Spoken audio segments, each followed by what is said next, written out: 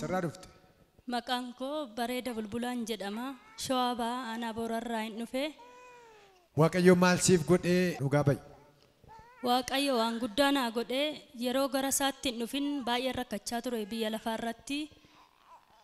Hin hojjannaa abbaan manaa koo hin qotaa. Callaa gaariin argannu. Hojii harka namaa qabdan jedhanii mana qaalluu wayii deemnee birrii baay'ee cafacafnee dhiigaan nu dhiqee horii wayii qalee akka falaa naamunan godhee hoggaa ja'an booda wal fuutanii hoggaa ja'an booda eebbi keessan isiniif dacha'anuun jedhee dacha'uufuu inumaayyuu hin burjaajofne wanni harkaa qabnu hin badee wal fuutanii hoggaa ja'an booda eebbi keessan hojiin harka namaa isinitti hojjetamee inni isin jalaa saamamaa ture sun dachaan isinii deebi'anuun jedhee Safala faluutu mandara kee eeyyen ixaana laalaa qarshii baay'ee ro'oota 4 gurgurree akka inni nu hojjetu goone ro'oota gurguddoodha. Baay'ee bakka isiniin fala jedhee falli sun faayidaa nuuf hin horanne hoggaa ja'a yoo eegnu hundaa'uma hoggaa ja'a guunnan kan qabnu iyyuu hin dhume amma waaqayyo guddaadha. Tole. Otoma teenyuu konfireensii wayii ani amantii pheenxee kana baay'een balaaleffadhas baay'een jibba waaqayyo immoo guddaadha. Tole. Inni naman jibbu. Achiin booda nan dhufee konfireensitu jira waldaa kiristaanaa nan dhaqee achirratti sheexanni iyyitee narraa baatee amantii keessa otoo hin jiru immoo TV ifa fayyinaa kana nan laalaa otoo man laaluu liqaan namaas nurra baay'atee kan qabnu dhume qarshii liqaa ofirraa qabu kanan kaffala jedheen harree wayii gurguree qarshii wayii harkaa qabayyo. Qarshii kana amma qabeenyi keessan dhumee harratti duwwaatu hafe? Kan jirurraa gimmaashni dhumeera jechuudha. Harree wayii waan jirtuuf immoo wanti gurguramtu ishiidha.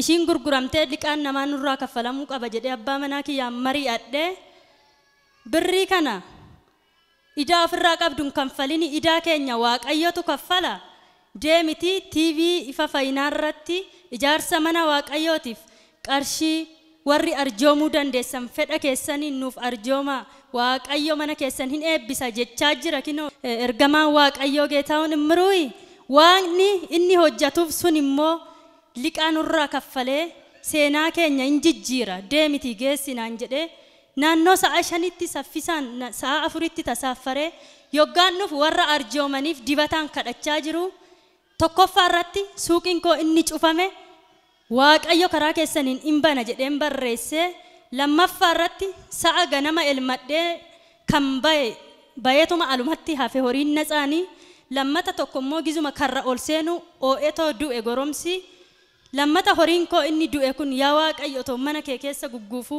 akkamitti jireenyi koo barbadaa jedheen lammata waa'ee horiin barreessee sadaffaa irratti immoo hin qonna callaa gaariin argannu isa nan barreessee amma hoggaa sanee darbeeti kanan ani dhufeetoo kaffalee hoggaa tokko keessatti suuqii xiqqoo sanirraa waaqayyo luukii 10 ijaarree meeshaa itti guuttadheera sa'a ganama elmadhee badheetti na jalaa hafe sanis sa'a booranaa bitee torbee tokkoon guunne kinoo naa dhaleera waa'ee sanyiitiif sadaffaa irratti kanan barreesse sanis lafa qotannee lafti wayis kan haala rakkisaa keessa jiru nuuf galee waaqayyo oolman isaa guddaadha akka ani haasa'u kanaa miti haalli yeroo san keessa jirru jireenyan jedhamu amma garuu waaqayyo jireenya nuuf laate waaqayyoon naa galateeffadhaa. Waaqayyoon galateeffadhaa fi dhumarratti maal qabda addunyaa kanarraa falla kan jedhantu jiranii kunoo argiteetta gaatamma sii falladanii waan qabdu reetti itti gurgurteetti qaltee dhiigaan dhiqatte.